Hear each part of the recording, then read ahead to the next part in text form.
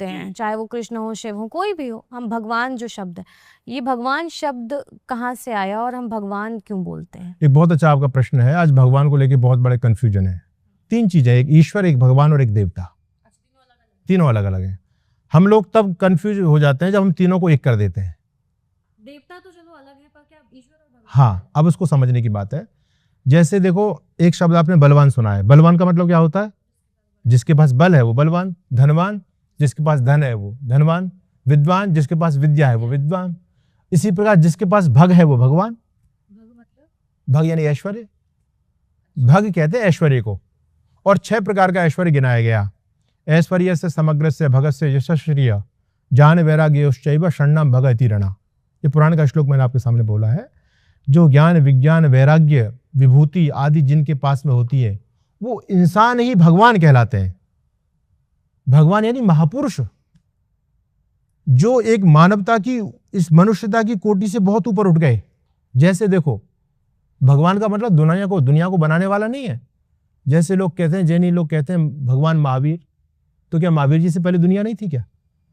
भगवान बुद्ध, क्या बुद्ध से पहले दुनिया नहीं थी? भगवान शंकराचार्य, क्या शंकराचार्य जी से पहले दुनिया नहीं थी? भगवान दयानंद। हम सम्मान की दृष्टि से, और देखो, कोई गरीब व्यक्ति है और गरीब व्यक्ति परेशान है, एक अमीर व्यक्ति उसकी मदद कर देता है, तो गरीब कहता है साहब आप तो मेरे भगवान हो। तो क्या वो भगवान हो गया? तो भगवान का मतलब जो एक मनुष्यता की कोटि से ऊपर उठ करके, जो जिसके अंदर दयालुता है, मानवता है, प्रेम है, करुणा है, ज्ञान है, वैराग्य है, ये सब विभूतियां जिसके पास में, उसको भगवान कहते हैं। भगवान का मतलब होता है महापुरुष। तो कृष्ण महापुरुष थे, भगवान थे। राम महापुरुष थे, भगवान थे। शिव महापुरुष थे, भगवान थे। ठीक है। ईश्वर कौन? हाँ, ईश्वर।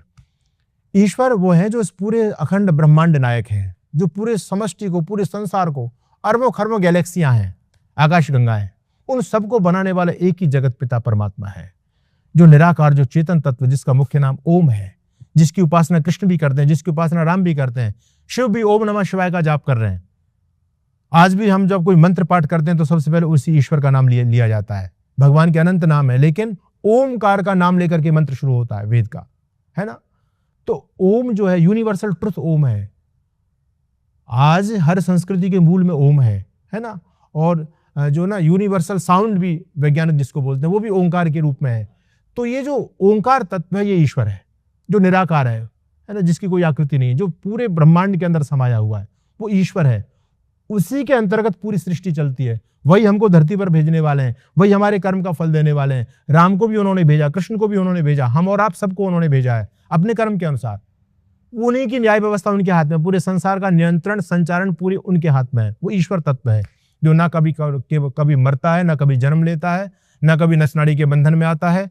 ठीक है, ना वो उसका कभी अवतार होता है। लोगों ने अवतारवाद की बात चलाई है, ये बिल्कुल गलत बातें हैं सारी। ईश्वर ना कभी मरता है, ना जन्म लेता है, वो अजन्मा तत्व है। चलिए, बहुत तो बहुत एक ईश्वर, एक भगवान यानी महापुरुष। अब जो ईश्वर है, अच्छा, उससे बड़ा ऐश्वर्यवान कौन होगा, है ना। वो तो समग्र ऐश्वर्य युक्त है, तो उस ईश्वर को भी हम भगवान कह देते हैं, लगे हम, है ना। लेकिन जो रामकृष्ण है, ये भगवान तो ये ईश्वर नहीं है, ये महापुरुष, ये महापुरुष है, ये भगवान, ईश्वर नहीं हो सकते। ईश्वर को हम भगवान कह सकते हैं, पर भगवान को ईश्वर नहीं कह सकते। हाँ। अच्छा, तीसरी बात, देवता। आप सभी जानते हैं, जो दिव्य गुणों से युक्त हैं, जो हमको दे रहे हैं, वो सभी देवता, वो जड़ भी होते हैं, वो चेतन भी होते हैं, है ना। तो हमको जो उपासना करनी है वो ईश्वर की करनी है, किसी व्यक्ति की उपासना नहीं करनी है। राम भी मृत्यु को प्राप्त हुए, कृष्ण भी मृत्यु को प्राप्त हुए, है ना। जो चेतन तत्व है, ओंकार, जिसकी उपासना कृष्ण करते थे, राम करते थे, उनकी उपासना करनी है, वो ईश्वर तत्व है, वो ओंकार है। चलिए, आपने ये एक बहुत अच्छा कंफ्यूजन दूर किया कि ईश्वर, भगवान और देवता के बीच में क्या अंतर है और क्या डिफरेंस है।